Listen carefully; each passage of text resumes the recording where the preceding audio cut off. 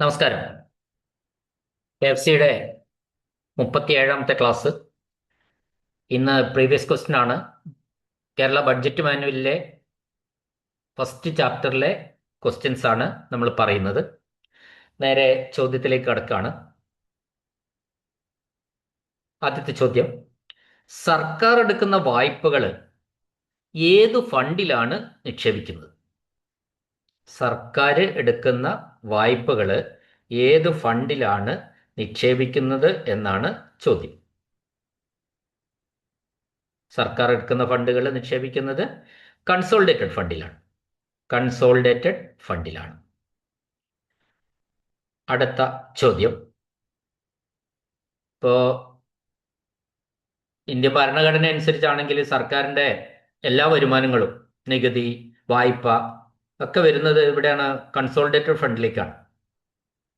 ഇതിൽ നിന്നാണെങ്കിൽ പാർലമെന്റിന്റെ അനുമതി ഇല്ലാതെ ഇതിൽ നിന്ന് പണം പിൻവലിക്കാനും കഴിയില്ല കൺസോളിഡേറ്റഡ് ഫണ്ടിൽ നിന്ന്.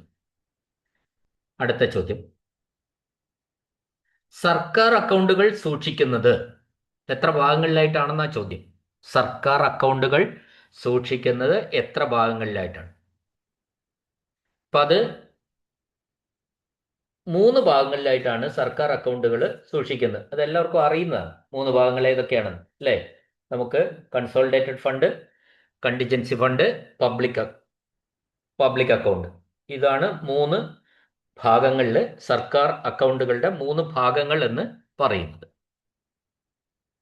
ഇനി അടുത്ത ചോദ്യം: സർക്കാർ അക്കൗണ്ടുകളുടെ പ്രധാന വിഭാഗത്തിൽ ഉൾപ്പെടാത്തത് ഏത്? സർക്കാർ അക്കൗണ്ടുകളുടെ പ്രധാന വിഭാഗങ്ങളിൽ ഉൾപ്പെടാത്തത് ഇവിടെ 4 ഓപ്ഷനാണ് തന്നിരിക്കുന്നത്. പബ്ലിക് അക്കൗണ്ട് ഉണ്ട്, കൺസോളിഡേറ്റഡ് ഫണ്ട് ഉണ്ട്, കണ്ടിജൻസി ഫണ്ട് ഉണ്ട്. ഇത് 3ഉം സർക്കാർ അക്കൗണ്ടിൽ ഉൾപ്പെടുന്നതാണ്. സർക്കാർ അക്കൗണ്ടിന്റെ ഭാഗങ്ങൾ തന്നെയാണ്. എന്നാൽ ഇത് അല്ലാത്ത ഒരു ഉത്തരവുണ്ട്, സിങ്കിങ് ഫണ്ട് എന്ന് പറയുന്ന ആൻസർ ഉണ്ട് അവിടെ. അതുകൊണ്ട് അതാണ് ഇവിടെ ആൻസർ, സിങ്കിങ് ഫണ്ട്. അത് മറ്റോ 3 അറിയാമെങ്കിൽ ഏത് വന്നാലും നമുക്ക് അതിന്റെ ആൻസർ എഴുതാവുന്നേ ഉള്ളൂ. അടുത്ത ചോദ്യം: consolidated fund, contingency fund, public account എന്നിവ ചേർന്നതാണ് സംസ്ഥാനത്തിന്റെ ഡാഷ്. അതാണ് ഗവൺമെന്റ് അക്കൗണ്ട്. ഗവൺമെന്റ് അക്കൗണ്ടിന്റെ 3 ഭാഗങ്ങളാണ് consolidated fund, contingency fund, public account എന്നിവ. അടുത്ത ചോദ്യം: അക്കൗണ്ടുകളുടെ പ്രധാന വിഭാഗങ്ങൾ നിർദ്ദേശിച്ചിരിക്കുന്നത്. അക്കൗണ്ടുകളുടെ the major divisions of accounts are specified in. അത് കേരള ബഡ്ജറ്റ് മാനുവലിൽ എവിടെയാണെന്ന് ചോദിച്ചിരിക്കുന്നത്. Major divisions of accounts are specified in. അത് പാര 8ലാണ്. KBM, കേരള ബഡ്ജറ്റ് മാനുവലിലെ പാര 8. നമുക്കറിയാലോ, ബഡ്ജറ്റ് മാനുവലിലെല്ലാം ഈ പാര എന്ന ഇതിലാണ് നമ്മൾ എല്ലാം പറയാറ്. പാര 8ലാണ്. അടുത്തത്: ഗവൺമെന്റ് അക്കൗണ്ടുകൾ എത്ര ഭാഗങ്ങളിലായിട്ടാണ് സൂക്ഷിക്കുന്നത്? 3 ഭാഗം ഓൾറെഡി പറഞ്ഞതാണ്. അടുത്ത ചോദ്യം: സർക്കാർ അക്കൗണ്ടുകളുടെ 3ാം ഭാഗം ഏതാണ്? ആദ്യത്തെ ഭാഗം കൺസോളിഡേറ്റഡ് ഫണ്ട്, രണ്ടാമത്തെ ഭാഗം കണ്ടിൻജൻസി ഫണ്ട്, 3ാം ഭാഗം ഇവിടെ ചോദിച്ചിരിക്കുന്നത്. അത് പബ്ലിക് അക്കൗണ്ട് ആണ്. Public account. അടുത്ത ചോദ്യം: ഗവൺമെന്റ് അക്കൗണ്ടുകൾ എന്നാൽ എന്താ അർത്ഥമാക്കുന്നത്? അത് ഇപ്പൊ പറഞ്ഞ 3ഉം കൂടി ചേർന്ന ഗവൺമെന്റ് അക്കൗണ്ട് ആയി. അതായത് consolidated fund, contingency fund, public account ചേർന്നാൽ എന്തായി? ഗവൺമെന്റ് അക്കൗണ്ട് ആയി. അടുത്ത ചോദ്യം: വീണ്ടും അതേ ചോദ്യം, എത്ര ഭാഗമായിട്ട് സൂക്ഷിക്കുന്നൊക്കെയാണ്. അടുത്ത ചോദിക്കാത്ത ചോദ്യം പറയാം. കൺസോളിഡേറ്റഡ് ഫണ്ടിന് കീഴിൽ എത്ര പ്രധാന വിഭാഗങ്ങളാണുള്ളത്? കൺസോളിഡേറ്റഡ് ഫണ്ടിന് കീഴിൽ എത്ര പ്രധാന വിഭാഗങ്ങളുണ്ട്? അപ്പോൾ കൺസോളിഡേറ്റഡ് ഫണ്ടിന് കീഴിൽ നമുക്കറിയാം, നമ്മൾ പഠിച്ചതാണ്, 2 വിഭാഗങ്ങളാണ് ഉള്ളത്. ഏതൊക്കെയാത്? Revenue, capital. 2 വിഭാഗങ്ങൾ. അതാണ് പിന്നെ സബ് ഡിവിഷൻസ് ആയിട്ട് പോകും, അത് വേറെ കാര്യം. അപ്പോൾ കൺസോളിഡേറ്റഡ്, ശ്രദ്ധിച്ച് കേൾക്കണേ, ഇതൊക്കെ വളരെ ഇമ്പോർട്ടൻ്റ് ആണ്. കൺസോളിഡേറ്റഡ് ഫണ്ടിന് കീഴിൽ 2 വിഭാഗങ്ങളുണ്ട്, റവന്യൂ, ക്യാപിറ്റൽ. അത് പിന്നെ ഡിവൈഡ് ചെയ്യുന്ന റവന്യൂ റെസീറ്റ്, റവന്യൂ എക്സ്പെൻഡിച്ചർ എന്ന് പറഞ്ഞിട്ട് വീണ്ടും അത് ഡിവൈഡ് ചെയ്തു പോകും. റവന്യൂ പിന്നെ receipt, revenue expenditure, capital receipt, capital expenditure, അങ്ങനെ അത് പിന്നെ ഡിവൈഡ് ചെയ്തു. അപ്പൊ പ്രധാനമായിട്ടും കൺസോളിഡേറ്റഡ് ഫണ്ടിന് കീഴിൽ 2 എണ്ണം ഉള്ളത്, റവന്യൂ, ക്യാപിറ്റൽ. അടുത്ത ചോദ്യം: റവന്യൂ ചെലവുകൾ, അതായത് റവന്യൂ എക്സ്പെൻഡിച്ചർ നിർവഹിക്കുന്നത് എന്തിൽ നിന്നാണ്? റവന്യൂ എക്സ്പെൻഡിച്ചറുകൾ നിർവഹിക്കുന്നത് റവന്യൂ റെസീറ്റിൽ നിന്നാണ്. അതായത് റവന്യൂ വരുമാനത്തിൽ നിന്നാണ് റവന്യൂ എക്സ്പെൻഡിച്ചറുകൾ നിർവഹിക്കുന്നത്, റവന്യൂ ചെലവുകൾ നിർവഹിക്കുന്നത്. അടുത്ത ചോദ്യം, സർക്കാർ അക്കൗണ്ടുകളുടെ രണ്ടാം ഭാഗം എന്തുമായി ബന്ധപ്പെട്ട ഇടപാടുകളാണ് ഉൾക്കൊള്ളുന്നത്? സർക്കാർ അക്കൗണ്ടുകളുടെ രണ്ടാം ഭാഗം എന്തുമായി ബന്ധപ്പെട്ട ഇടപാടുകളാണ് ഉൾക്കൊള്ളുന്നത്? രണ്ടാം ഭാഗം നമുക്കറിയാം എന്താണ്, കണ്ടിൻജൻസി ഫണ്ടാണ്. അടുത്ത ചോദ്യം, കൺസോളിഡേറ്റഡ് ഫണ്ടിൽ എത്ര പ്രധാന ഭാഗങ്ങൾ? വീണ്ടും അതേ ചോദ്യം വന്നിരിക്കുന്നു. കൺസോളിഡേറ്റഡ് ഫണ്ടിൽ രണ്ട് ഭാഗങ്ങളാണ് ഉള്ളത്. അത് റവന്യൂ, ക്യാപിറ്റൽ. അടുത്തത്, മൂലധന ചെലവുകൾ പൊതുവെ നിർവഹിക്കുന്നത് എന്തിൽ നിന്നാണ്? അതായത് മൂലധന ചെലവുകൾ എന്ന് പറഞ്ഞാൽ അതിന്റെ ഇംഗ്ലീഷ് ക്യാപിറ്റൽ എക്സ്പെൻഡിച്ചർ ആണ്. ആ ക്യാപിറ്റൽ എക്സ്പെൻഡിച്ചറുകൾ നിർവഹിക്കുന്നത് എന്തിൽ നിന്നാണ്? അത് നമുക്ക് സംശയമൊന്നുമില്ല, ക്യാപിറ്റൽ റെസീറ്റിൽ നിന്നാണ്. അതായത് മൂലധന വരുമാനത്തിൽ നിന്ന് അല്ലെങ്കിൽ ക്യാപിറ്റൽ റെസീറ്റിൽ നിന്നാണ് നമ്മൾ മൂലധന ചെലവുകൾ നടത്തുന്നത്, ക്യാപിറ്റൽ എക്സ്പെൻഡിച്ചർ നടത്തുന്നത്. അടുത്ത ചോദ്യം, സർക്കാർ അക്കൗണ്ടുകളിൽ കണ്ടിൻജൻസി ഫണ്ട് ഏത് വിഭാഗത്തിന് കീഴിലാണ് വരുന്നത്? നമുക്കറിയാം സർക്കാർ അക്കൗണ്ടുകളിൽ 3 വിഭാഗങ്ങളാണുള്ളത്. ആദ്യത്തേത് കൺസോളിഡേറ്റഡ് ഫണ്ടാണ്, രണ്ടാമത്തതാണ് കണ്ടിൻജൻസി ഫണ്ട്. അതുകൊണ്ട് നമുക്ക് ഇതിനെ ഏത് വിഭാഗത്തിൽ എന്ന് പറയാം? രണ്ടാമത്തെ വിഭാഗത്തിലാണ് കണ്ടിൻജൻസി ഫണ്ട് വരുന്നത്. അടുത്ത ക്വസ്റ്റ്യൻ, ഇന്ത്യൻ ഭരണഘടനയുടെ ഏത് അനുച്ഛേദം, അതായത് ഏത് ആർട്ടിക്കിൾ പ്രകാരമാണ് സംസ്ഥാന നിയമസഭ കണ്ടിൻജൻസി ഫണ്ട് സ്ഥാപിക്കുന്നത്? ഇന്ത്യൻ കോൺസ്റ്റിറ്റ്യൂഷൻ ഓഫ് ഇന്ത്യയുടെ ഏത് ആർട്ടിക്കിൾ പ്രകാരമാണ് സംസ്ഥാന നിയമസഭ കണ്ടിൻജൻസി ഫണ്ട് സ്ഥാപിക്കുന്നത്? Answer article 267(2). 267(2). അടുത്ത ക്വസ്റ്റ്യൻ, കോൺസ്റ്റിറ്റ്യൂഷന്റെ ഏത് ആർട്ടിക്കിൾ പ്രകാരമാണ് കണ്ടിൻജൻസി ഫണ്ട് രൂപീകരിച്ചിരിക്കുന്നത്? റിപ്പീറ്റ് ചെയ്തിരിക്കുകയാണ് ക്വസ്റ്റ്യൻ, അപ്പോൾ പല രൂപത്തിലാണ് ചോദിക്കുന്നത് മാത്രമേ ഉള്ളൂ. ആൻസർ സെയിം തന്നെ, ആർട്ടിക്കിൾ 267(2). ഇനി അടുത്ത ക്വസ്റ്റ്യൻ, ഫൈനൽ ക്ലാസിഫിക്കേഷൻ അറിയാത്ത ക്രെഡിറ്റുകളും ഡെബിറ്റുകളും താൽക്കാലികമായി എവിടെയാണ് ഉൾപ്പെടുത്തുന്നത്? ഇപ്പോൾ ഹെഡ് ഓഫ് അക്കൗണ്ടിൽ ആണ് നമ്മൾ നിൽക്കുന്നത്, ക്ലാസിഫിക്കേഷനിലാണ് നിൽക്കുന്നത്. അതായത് അറിയാത്ത ക്രെഡിറ്റുകളും ഡെബിറ്റുകളും താൽക്കാലികമായിട്ട് എവിടെയാണ് ഉൾപ്പെടുത്തുന്നതാണ് ചോദ്യം. അത് സസ്പെൻസ് ആൻഡ് റെമിറ്റൻസിലാണ്. സസ്പെൻസ് ആൻഡ് റെമിറ്റൻസ് എന്നതിലാണ് അത് ഉൾപ്പെടുന്നത്.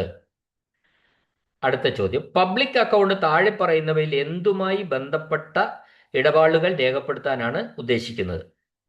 വളരെ ഇമ്പോർട്ടൻറ്റ് ക്വസ്റ്റ്യൻ ആണ് അത് കേട്ടോ, അത് ശ്രദ്ധിക്കണേ. പബ്ലിക് അക്കൗണ്ട്, 3 അക്കൗണ്ടുകളിൽ പബ്ലിക് അക്കൗണ്ട്, മൂന്നാമത്തതാണ് ഏത്? Public account. ആ പബ്ലിക് അക്കൗണ്ടുകൾ എന്തുമായി ബന്ധപ്പെട്ട ഇടപാടുകൾ രേഖപ്പെടുത്താനാണ് ഉദ്ദേശിക്കുന്നതെന്നാണ്. അതിൽ ശരിക്കും ഡെപ്റ്റ്, ഡിപ്പോസിറ്റ്, അഡ്വാൻസ് ആണ്. ഡെപ്റ്റ്, ഡിപ്പോസിറ്റ്, അഡ്വാൻസ്, ഇത് 3ഉം രേഖപ്പെടുത്താനാണ്, പ്രധാനമായിട്ടും രേഖപ്പെടുത്താനാണ് എന്ത്? Public account. അടുത്ത ക്വസ്റ്റ്യൻ, ഡിപ്പോസിറ്റുകൾ, അഡ്വാൻസുകൾ, സസ്പെൻസ് എന്നിവയുമായി ബന്ധപ്പെട്ട ഇടപാടുകൾ വരുന്നത് ഏത് അക്കൗണ്ടിലാണ്? ഇപ്പൊ പറഞ്ഞതിന് തിരിച്ചു വെച്ചിരിക്കുക. അത് ഡിപ്പോസിറ്റോ അഡ്വാൻസ് എന്ന് മാത്രം കേട്ടാൽ മതി, അപ്പോൾ പബ്ലിക് അക്കൗണ്ട് ആണ് അതിന്റെ ആൻസർ. അടുത്ത ചോദ്യം, റെമിറ്റൻസുകൾ ഏത് തരം ഹെഡുകളാണ്? റെമിറ്റൻസുകൾ ഏത് തരം ഹെഡുകളാണ്? അതാണ് ചോദ്യം. In the government accounts which is the main unit of classification? അത്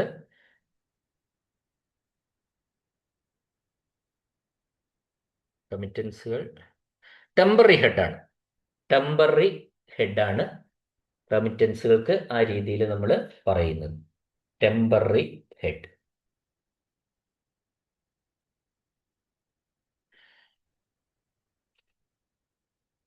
ഇപ്പൊ താൽക്കാലിക ഹെഡുകളാണ് ശരിക്കും. റെമിറ്റൻസുകൾ ഏത് തരം ഹെഡാന്ന് ചോദിച്ചാൽ അത് താൽക്കാലിക ഹെഡുകൾ എന്നാണ് ആൻസർ. ഇനി സസ്പെൻസ് അക്കൗണ്ട് ക്ലാസിഫൈ ചെയ്തിരിക്കുന്ന ഏതിലാണ്? സസ്പെൻസ് അക്കൗണ്ട് ഏതിലാണ്? നമ്മളിപ്പോൾ ഓൾറെഡി പറഞ്ഞു. അത് ക്ലാസിഫൈ ചെയ്തിരിക്കുന്ന ഏതിലാണ്? മൂന്നില് പബ്ലിക് അക്കൗണ്ടിലാണ്. മൂന്നാമത്തേതായിട്ടുള്ള പബ്ലിക് അക്കൗണ്ടിലാണ്. സസ്പെൻസ് ഹെഡുകൾ ഏതാണ്? അതും ഇപ്പൊ പറഞ്ഞതാ. ടെമ്പററി ഹെഡിനാണ് സസ്പെൻസ് ഹെഡുകൾ എന്ന് പറയുന്നത്, താൽക്കാലിക ഹെഡുകൾ. ഇനി അടുത്ത ക്വസ്റ്റ്യൻ.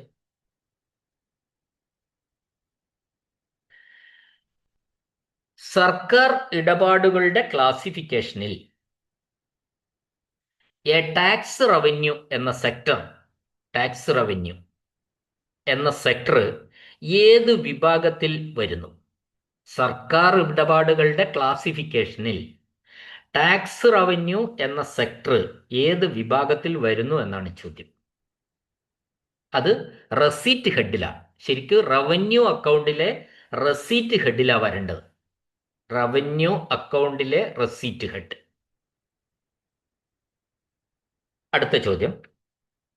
സർക്കാർ അക്കൗണ്ടുകളിലെ ഇടപാടുകൾ ഏത് രീതിയിലാണ് ക്ലാസിഫൈ ചെയ്തിരിക്കുന്നത്? ഏത് രീതിയിലാണ്? The transaction of government accounts R classified in ഏത് രീതിയിലാണ്? 5 ടയർ സിസ്റ്റം. 5 തട്ടിലുള്ള സംവിധാനമാണ്. 5 ടയർ സിസ്റ്റത്തിലാണ് ക്ലാസിഫൈ ചെയ്തിരിക്കുന്നത്. അടുത്ത ക്വസ്റ്റ്യൻ. 1974-75 മുതൽ നിലവിൽ വന്ന അക്കൗണ്ട് പരിഷ്കാരങ്ങൾ പ്രകാരം സർക്കാർ ചെലവുകളെ എത്ര തട്ടുകളായി ക്ലാസിഫൈ ചെയ്തിരിക്കുന്നു? ഇപ്പൊ നമ്മൾ പറഞ്ഞു തന്നെ 5 തട്ടുകളാണുള്ളത്. ക്ലാസിഫിക്കേഷൻ 5 എണ്ണമാണ്. അടുത്ത ക്വസ്റ്റ്യൻ. സർക്കാർ ഇടപാടുകളുടെ 5 തട്ടിലുള്ള വർഗീകരണത്തിൽ ആദ്യത്തേത് ഏതാണ്? ആദ്യത്തേത് സെക്ടേഴ്സ് ആണ്. സെക്ടേഴ്സ് ശ്രദ്ധിച്ച് കേൾക്കണം. സർക്കാർ ഇടപാടുകളുടെ 5 ടയർ സംവിധാനത്തിലെ 5 തട്ടുകളിലുള്ള സംവിധാനത്തിലെ ആദ്യത്തേതെന്ന് പറയുന്നത് സെക്ടേഴ്സ് ആണ്. ഇനി അടുത്ത ചോദ്യം. നമ്മൾ അവിടെ പറയാത്തതാണ്. ഈ ചോദ്യം ഒന്ന് ശ്രദ്ധിക്കണേ. പബ്ലിക് അക്കൗണ്ടിൽ റിസർവ് ഫണ്ട് എന്ന സെക്ടറിനെ സൂചിപ്പിക്കുന്ന അക്ഷരം ഏതാണ്? നമ്മൾ നേരത്തെ പഠിച്ചിരുന്നു, ക്യാപിറ്റൽ ലെറ്ററിലുള്ള ഓരോ അക്ഷരങ്ങൾ ഓരോ വിഭാഗത്തെ സൂചിപ്പിക്കുന്നു. അതിൽ നമ്മൾ കെ പറഞ്ഞതാണ്. അപ്പൊ പബ്ലിക് അക്കൗണ്ടിൽ റിസർവ് ഫണ്ടിന്റെ അക്ഷരം എന്ന് പറയുന്നത് ജെ ആണ്. Capital letter J. J for John. J. Okay. അടുത്ത ചോദ്യം. താഴെ പറയുന്നവയിൽ പബ്ലിക് അക്കൗണ്ടുമായി ബന്ധപ്പെടാത്തത് ഏത്? പബ്ലിക് അക്കൗണ്ടുമായിട്ട് ബന്ധപ്പെടാത്ത ഒരു സാധനം ഇവിടെ കൊടുത്തത്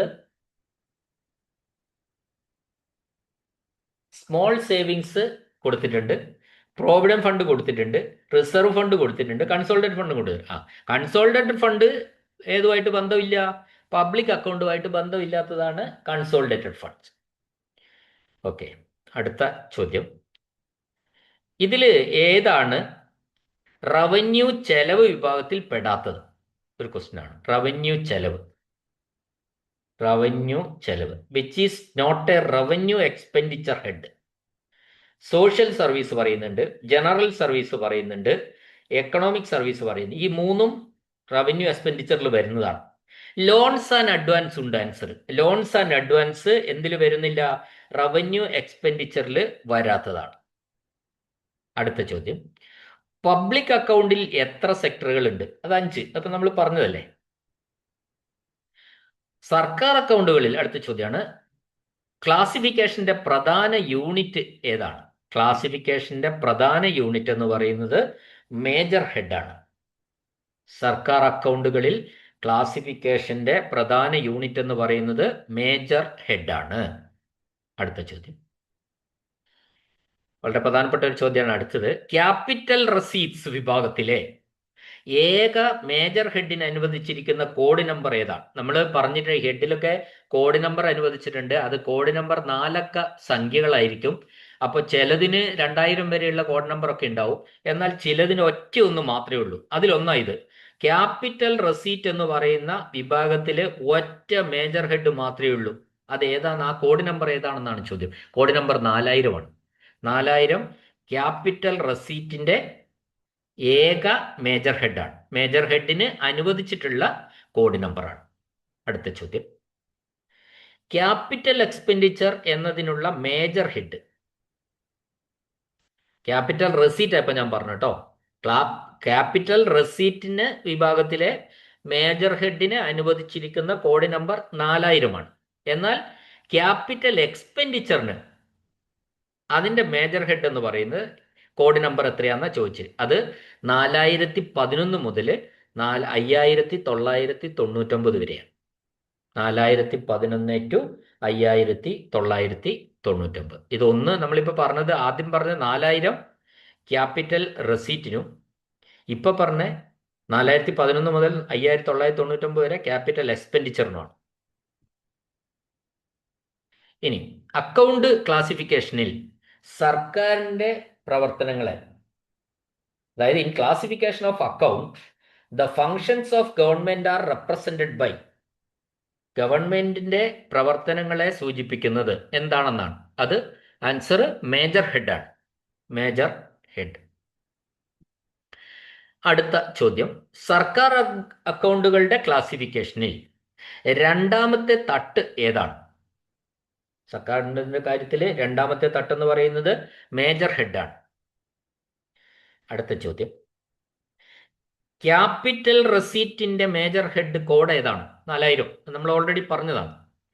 ഒരു മേജർ ഹെഡിനും മൈനർ ഹെഡിനും ഇടയിലുള്ള ഇടനില ഹെഡ്, ഇന്റർമീഡിയറ്റ് ഹെഡ് ഏതാണ്? അതായത് ഏതിനൊക്കെ ഇടയിൽ? മേജർ ഹെഡിനും മൈനർ ഹെഡിനും ഇടയ്ക്കാണ് നമ്മൾ ആ ഒരു ഇന്റർമീഡിയറ്റിന് പറയുന്നത്. എല്ലായിടത്തും ഉണ്ടാവണമെന്നില്ല. സബ് മേജർ ഹെഡ് എന്നാ പറയാ, സബ് മേജർ ഹെഡ്. അടുത്ത ചോദ്യം, പുതിയതായി ഒരു മേജർ ഹെഡോ മൈനർ ഹെഡോ അക്കൗണ്ടിൽ കൊണ്ടുവരുന്നതിന് ആരുടെ അനുമതിയാണ് ആവശ്യമുള്ളത്? അങ്ങനെ പുതിയതായിട്ട് ഒരു മേജർ ഹെഡോ മൈനർ ഹെഡോ അക്കൗണ്ടിൽ കൊണ്ടുവരുന്നതിന് controller and auditor general of ഇന്ത്യയുടെ അനുമതി ആവശ്യമാണ്.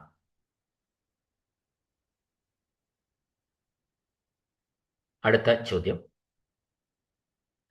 നിലവിലുള്ള ഒരു major head of account state government അക്കൗണ്ടിൽ നിന്ന് ഒഴിവാക്കുന്നതിന് ആരുടെ അംഗീകാരം ആവശ്യമാണ്? അപ്പൊ ചേർക്കാനും ഒഴിവാക്കാനും ആവശ്യമുള്ള അംഗീകാരം ആവശ്യപ്പെടുന്ന ആരുടെയാണ്? കൺട്രോളർ ആൻഡ് ഓഡിറ്റർ ജനറലിന്റെ തന്നെയാണ്. അടുത്ത ചോദ്യം, നിലവിലുള്ള ഒരു അക്കൗണ്ട് ഹെഡിന്റെ പേര് മാറ്റുന്നതിന് ആരുടെ അനുമതിയാണ് വേണ്ടത്? whose approval is required to change the nomenclature of an existing head of account. അതിനും എന്ത് വേണം? ആരുടെ അനുമതിയാണ് വേണ്ടത്? CAG-യുടെ ആണ്. CAG എന്നാണ് നമ്മൾ ചുരുക്കപ്പേര് എപ്പോഴും പറയാ, കൺട്രോളർ ആൻഡ് ഓഡിറ്റർ ജനറൽ. അടുത്ത ചോദ്യം,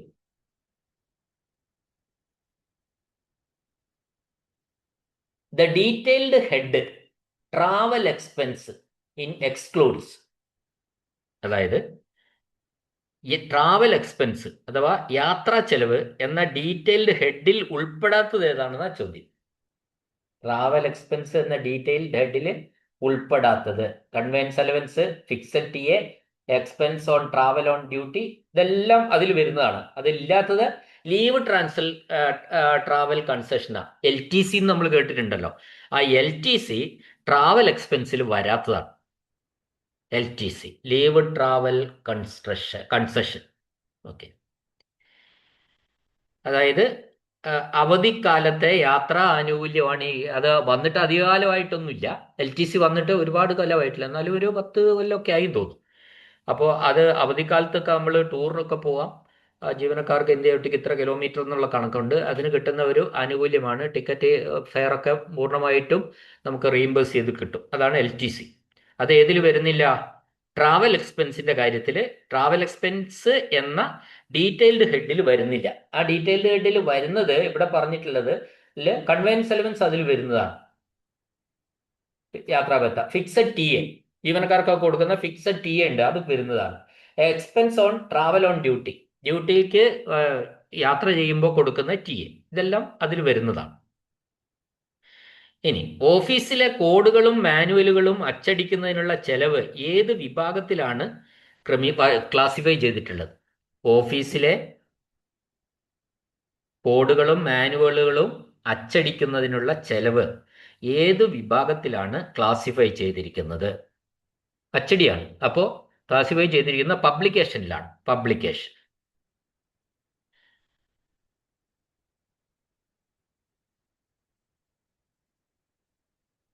അടുത്ത ചോദ്യം, അക്കൗണ്ടുകളുടെ ക്ലാസിഫിക്കേഷനിൽ ഒരു സ്കീം, അതായത് ഒരു പദ്ധതി അല്ലെങ്കിൽ ഒരു ആക്ടിവിറ്റി പ്രതിനിധീകരിക്കുന്നത് ഏതാണ്? അക്കൗണ്ടുകളുടെ ക്ലാസിഫിക്കേഷനാണ് പറയുന്നത് കേട്ടോ. അക്കൗണ്ടുകളുടെ ക്ലാസിഫിക്കേഷനിൽ ഒരു സ്കീമിന്റെ മലയാളം പദ്ധതി, അല്ലെങ്കിൽ ആക്ടിവിറ്റി പ്രവർത്തനം, അതിനെ പ്രതിനിധീകരിക്കുന്നത് ഏത് ഹെഡാണെന്നാ ചോദ്യം. അത് സബ് ഹെഡാണ്. Sub head. ഒരു പദ്ധതിയെയോ ആക്ടിവിറ്റിയോ റെപ്രസെന്റ് ചെയ്യുന്നത് സബ് ഹെഡാണ്. അടുത്ത ചോദ്യം, സബ് ഹെഡ് എന്നത് ഏത് ഹെഡിന് തൊട്ട് താഴെയുള്ള തലമാണ്? സബ് ഹെഡ് ഏത് ഹെഡിന് തൊട്ട്? മൈനർ ഹെഡിന് താഴെയാണ് സബ് ഹെഡ് വരുന്നത്. മൈനർ ഹെഡിന് താഴെയാണ് സബ് ഹെഡ് വരുന്നത്. അടുത്ത ചോദ്യം, ഒരു പ്രോഗ്രാമിലെ പദ്ധതികൾ അല്ലെങ്കിൽ പ്രവർത്തനങ്ങൾ ഏത് ഹെഡിലാണ് വരുന്നത്? ഇപ്പൊ നമ്മൾ പറഞ്ഞതാ, പദ്ധതിയും ആക്ടിവിറ്റിയും ഒക്കെ. പ്രോഗ്രാമിലെ പദ്ധതിയും പ്രവർത്തനവും വരുന്നത് സബ് ഹെഡിലാണ്. ഇനി സർക്കാർ അക്കൗണ്ടുകളുടെ ക്ലാസിഫിക്കേഷനിലെ ലാസ്റ്റ് ടയർ ഏതാണ്? ലാസ്റ്റ് ടയർ എന്ന് പറയുന്നത് ഡീറ്റെയിൽഡ് ഹെഡാണ്. ഡീറ്റെയിൽഡ് ഹെഡാണ് ഈ ക്ലാസിഫിക്കേഷനിലെ, അക്കൗണ്ട് ക്ലാസിഫിക്കേഷനിലെ ലാസ്റ്റ് ടയർ എന്ന് പറയുന്നത്.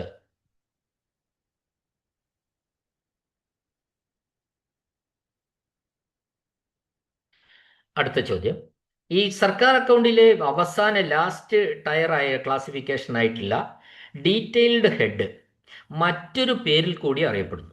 അത് ഏതാണ്? ആൻസർ ഒബ്ജക്റ്റ് ക്ലാസിഫിക്കേഷൻ ആണ്.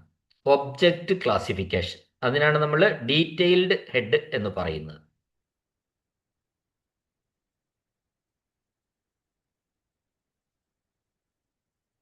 ഇത്രയും ക്വസ്റ്റ്യൻസ് ആണ് നമ്മൾ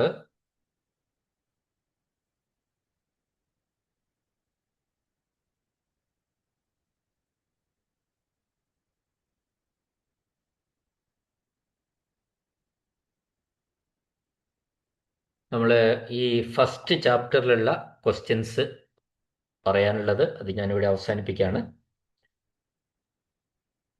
വലിയ ബുദ്ധിമുട്ടൊന്നുമില്ല, നമുക്ക് കേട്ട് പഠിക്കാവുന്നതേ ഉള്ളൂ. എല്ലാവർക്കും കണ്ടന്റിലൊന്നും സംശയമില്ല എന്ന് ഞാൻ മനസ്സിലാക്കുന്നു. കേട്ട എല്ലാവർക്കും നന്ദി. നിങ്ങൾ ഈ ക്ലാസ്സുകൾ കേൾക്കുന്ന ആൾക്കാർ ദയവ് ചെയ്തിട്ട് ചാനൽ സബ്സ്ക്രൈബ് ചെയ്തിട്ട് കേൾക്കണം. പിന്നെ അതാണ് നമ്മളുടെ ഒരു മോട്ടിവേഷൻ എന്ന് പറയുന്നത്.